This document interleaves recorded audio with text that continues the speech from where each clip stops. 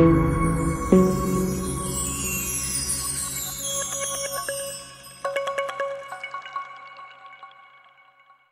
के जंगल में एक शहजादा चंद बकरियां चुराता और उनसे हासिल होने वाले दूध और जंगल के फलों पे गुजारा करता। वो था शहजादा, मगर ना तो इसमें शाहों वाला गुरूर था और ना ही वो जावजलाल। वो आम इंसानों की तरह जिंदगी बसर करता, रूखी सूखी खाता, बेशतर वक्त अपनी रियाया की खिदमत और खुदा की याद में बसर करता। इसकी नेक चलनी का पूरी रियासत में चर्चा था। इसे ये खुसूसियात अपने रहमदिल बाप से विरासत में मिली थीं। एक दिन शहजादा मामूल के मुताबिक रियाया के मसाइल सुनने के बाद जंगल में दुनिया से बेनियाज खुद की आदों में मह था कि इसने देखा कि एक गरीब लकड़हारा अपने गधे को साथ लिए हुए लकड़ियां काट रहा है और इससे बातें भी किए जा रहा है। हालांकि इसे मालूम था कि ना तो गधा उसकी बात सुन रहा है ना ही समझ रहा है, और फिर वो ज़ारो क़तार रोने लगा। शहजादा ये देखकर बहुत हैरान हुआ कि लकड़हारा रोजाना लकड़ियां काटता, गधे से चंद बातें करता और फिर फूट फूट के रोने लगता। चंद रोज यही मामला रहा, जब रहमदिल शहजादे से इसका रोना देखा न गया और वो ये गुत्थी सुलझाने में नाकाम रहा तो बिलाखर दरख्त की ओट से बाहर आ गया और लकड़हार से पूछा, ए लकड़हारे, तेरे इस तरह बिलक बिलक कर रोने की वजह क्या है?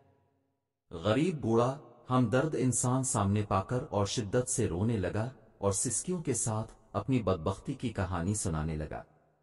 मेरे एक बेटा था जिसे खुदा ने बेतहाशा दौलत से नवाजा था। हर तरह का ऐश इसे मुयस्सर था, मगर इस दौलत का गुरूर उसके तन बदन पर इस कदर हावी हो चुका था कि इसे अपनी दौलत के सिवा कुछ दिखाई न देता था।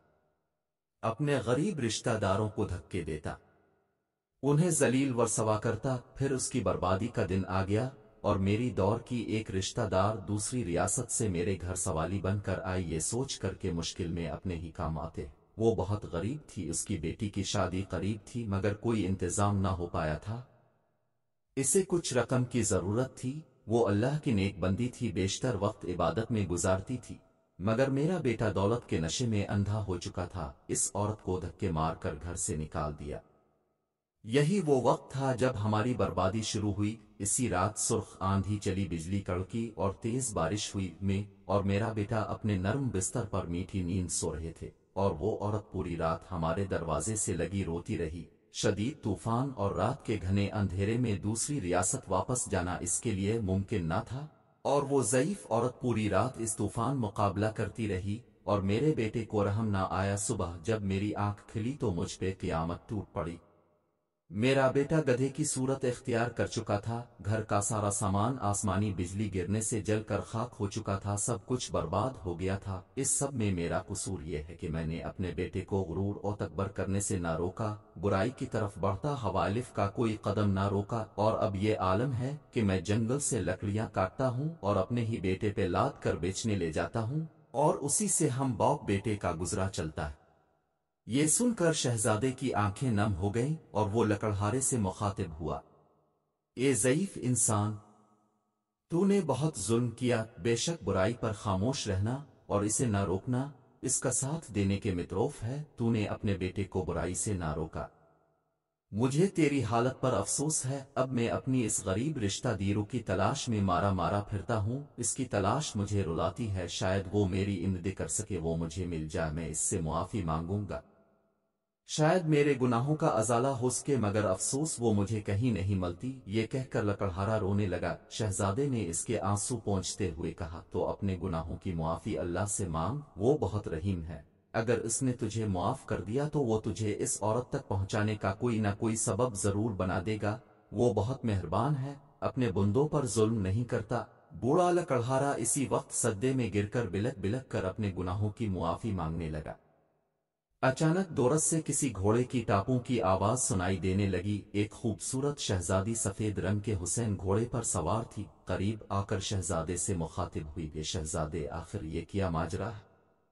शहजादे ने बूढ़े की राम कहानी शायदी को सुना दी। शहजादी की आंखों में आंसू जारी हो गए और वो घोड़े से उतरी और लकड़हारे से कहने लगी, मैं ही वो लड़की हूं जिसकी मां तेरे दर पर सवाली बनकर आती थी, मगर ये बदबख्त तेरे मगरूर बेटे ने इस नेक औरत की जिंदगी ही छीन ली। सारी रात तेरे दरवाजे पर तेज बारिश में तूफान का मुकाबला करती रही کہ شاید تجھے رحم آ جائے۔ بالآخر تیز بارش کی ٹھنڈی بوندوں کو وہ بوڑھی جان برداشت نہ کر سکی اور دنیا سے چلی گئی۔